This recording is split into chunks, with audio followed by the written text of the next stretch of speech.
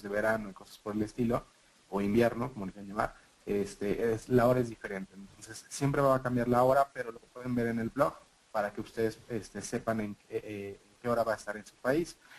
Continuamos, Paulina. Te hacemos una preguntita rápida. Sí, Eh, por ejemplo, nos dicen de la foto del currículum, Javier Zelaya. ajá. Eh, Fíjate, yo creo que ese es un error de lo que nos pregunta Javier. Puede ser un recorte de donde una fiesta donde salió bien la foto, o sea, por ejemplo, no sé, tal vez una boda, ¿no? Que es casualmente donde se pone el traje los hombres y se toman la foto y sale muy bien. O sea, lo curioso es que dices, salgo muy bien en esa foto y es la única que tengo, ¿no? O cualquier otra Eh, foto, sales muy serio, ¿no? O sea, casi siempre sales como muy espantado. sí, ¿Qué es sí, lo que sí. puedes hacer con la foto? ¿Es La verdad obligatoria es también, que por ejemplo? no es obligatoria. Yo prefiero currículums o antecedentes que vengan. Yo aconsejo siempre no poner fotos, no incluir las fotos. Y si por algún motivo te solicitan la foto en el currículum, la verdad es que tiene que ser una foto formal, no de una fiesta, no de un matrimonio. No cuesta nada ponerse el traje e ir a tomarse una foto a un centro especializado o tú mismo en tu casa te puedes tomar una foto, pero que sea una instancia como súper sobria, con un fondo de un solo color y donde salgas tú solo en el fondo. No vamos a estar midiendo tu continuidad en el proceso solo por las fotos. La continuidad del proceso se mide en base a la experiencia, en base a cuál ha sido tu carrera profesional, tu nivel de formación, tus habilidades, pero no solo por las fotos. Por lo tanto, eh, saquen todas esas fotos que no tienen nada que ver y que no son formales en el fondo en un currículum. ¿Seguimos, Luis? Sí, por favor. Los últimos dos consejos en la diapo que tengo puesta, en el fondo, en la expresión y en el lenguaje para una entrevista, es que de repente si sientes preguntas que son demasiado íntimas o demasiado privadas y que quizás te incomoden un poco responderlas, eh, hay que ser súper honesto con el entrevistador y comentarle, mira, no me parece relevante para el cargo, prefiero que esa pregunta no responderla, pero solo si las preguntas en el fondo te pasan a llevar o son preguntas demasiado íntimas o que te incomodan en el fondo en términos de respuesta. Y como último consejito, siempre mejor es pensar bien la respuesta antes de responder. No se te está midiendo por la rapidez, no se te está midiendo por la capacidad de improvisación, se te está midiendo por tus respuestas. Por lo tanto, prefiero que se demoren un poquitito, que piensen la respuesta antes de efectivamente contestar. En términos de actitud, ¿qué actitud debo tener en una entrevista durante ella? Demostrar seguridad en todo minuto, al saludar, como te comentaba anteriormente, al responder, cuando te sientas en tu postura. Ojo con el exceso o la falta de confianza. Tienes que mostrarte seguro, no en exceso, no en falta de confianza, pero sí demostrar seguridad, o sea, demostrar que tú sabes lo que estás haciendo, demostrar que tú tienes la experiencia para el cargo. Y eso ligado con el segundo punto, en el fondo, intenta minimizar lo más posible tu ansiedad. Siempre va a quedar un poquitito de ansiedad porque obviamente te están evaluando y te están preguntando cosas de tu vida, pero tratar de minimizarlo lo más posible, el verte y el sentirte muy ansioso.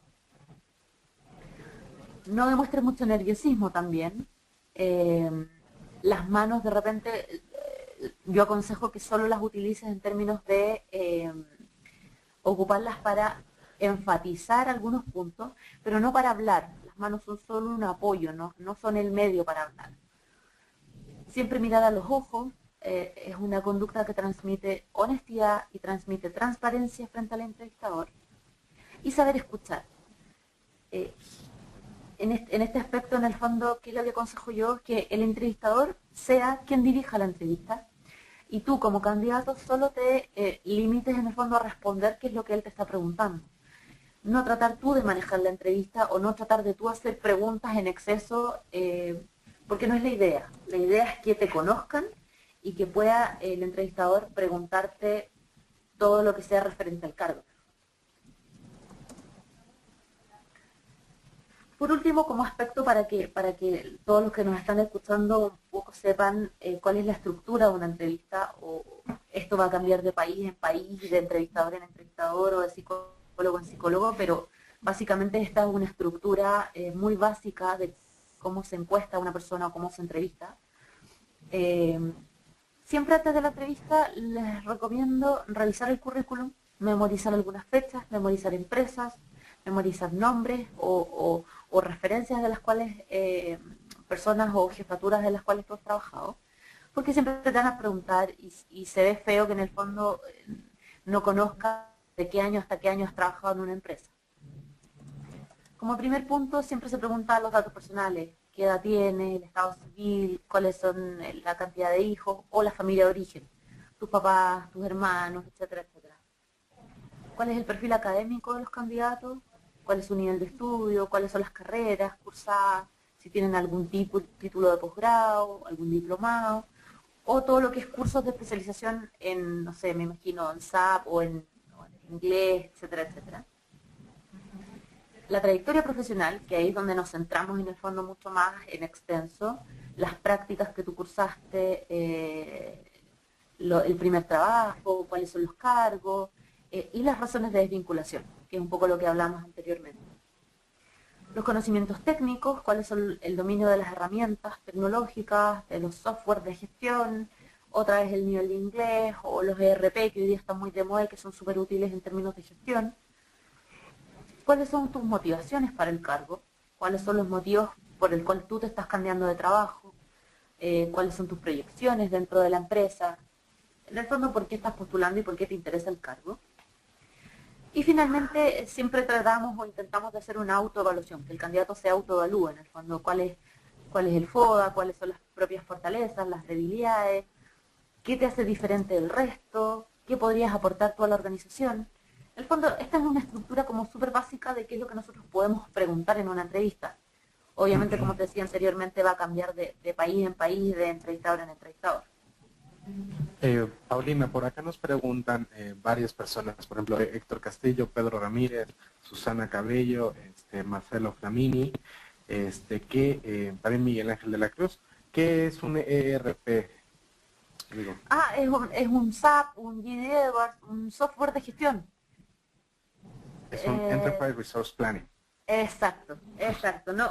Desconocía la sigla, muchas gracias. Es eso, es eso. Son estos que se utilizan mucho en las empresas y que hoy día generalmente te piden conocimientos de alguno u otro en mayor medida. No es un conocimiento a discriminar, pero sí ayuda mucho en la postulación si es que tú manejas uno u otro. Uh-huh. Y por último, para terminar, y así podemos responder muchas más preguntas, ¿qué hacer después de la entrevista? Uno, analizar tu desempeño en ella, o sea, ver si actuaste bien, si actuaste mal, si hay algunas preguntas que quizás te pillaron de imprevisto o no supiste responder o titubeaste un poco, anotar cuáles fueron tus puntos débiles o fuertes, o más que anotar en el fondo, analizarlo, y pensar en qué cosas podrías mejorar para una segunda entrevista, para una segunda reunión. Quizás si pasaste esta, la segunda entrevista va a ser con un gerente general o va a ser con alguien de más peso en la organización, por lo tanto hay que hacer un análisis de cómo anduviste en tu primera entrevista para que la segunda sea mucho mejor y logres en el fondo el puesto que estás buscando. Ok, No olvidar, Paulina también, sí. como que quedó un poquito, estoy viendo las preguntas así, nos preguntan otra vez, que digamos qué significa el ERP, es Enterprise Resource Planning, y los programas que lo manejan más o menos, bueno, que son los más conocidos, por ejemplo, es PeopleSoft, Oracle, SAP, Meta 4, por ejemplo, JD Edwards. Son programas que manejan compañías,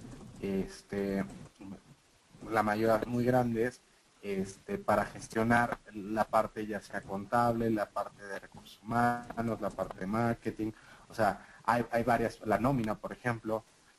Son programas muy específicos donde las compañías llevan a cabo todos sus los manejos